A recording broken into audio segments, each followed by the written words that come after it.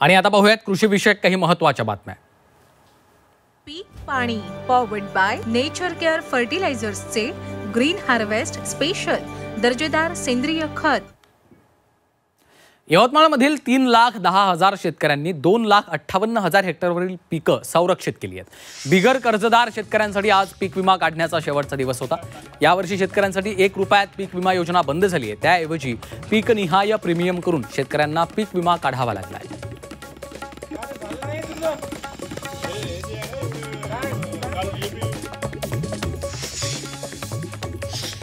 अमरावती जिल्ह्यात मुसळधार पावसानं हजेरी लावलेली आहे। दर्यापूर तालुक्यातील थिलोरी लखापूर गावाला पुराचा मोठा फटका बसलाय।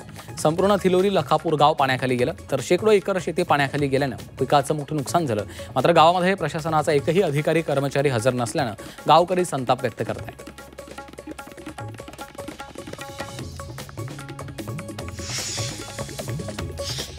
मावळमधील सांगवडे गावात सोयाबीन पिकं फुलल्याचं पाहायला मिळतं। भाताच्या आगारात खरीप हंगामामध्ये आता सोयाबीन पिकांना देखील जोम धरलेला आहे, त्यामुळे शेतकऱ्यांना फायदा होणार आहे।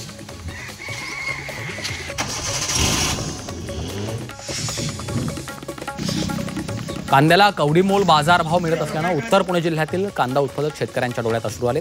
कांद्याला चांगला बाजार मिळेल या आशेनं कांदा उत्पादक शेतकऱ्यांनी कांदा वखारीत साठवून ठेवला। मात्र सध्या कांद्याला 10 ते 12 रुपये किलोला बाजारभाव मिळतोय, त्यामुळे केलेला खर्चही वसूल होत नाहीये। तर दुसरीकडे वखारीत साठवलेला कांदा सडून खराब झालाय, त्यामुळे कांद्यावर शेळ्या मेंढ्या सोडण्याची वेळ आली आहे।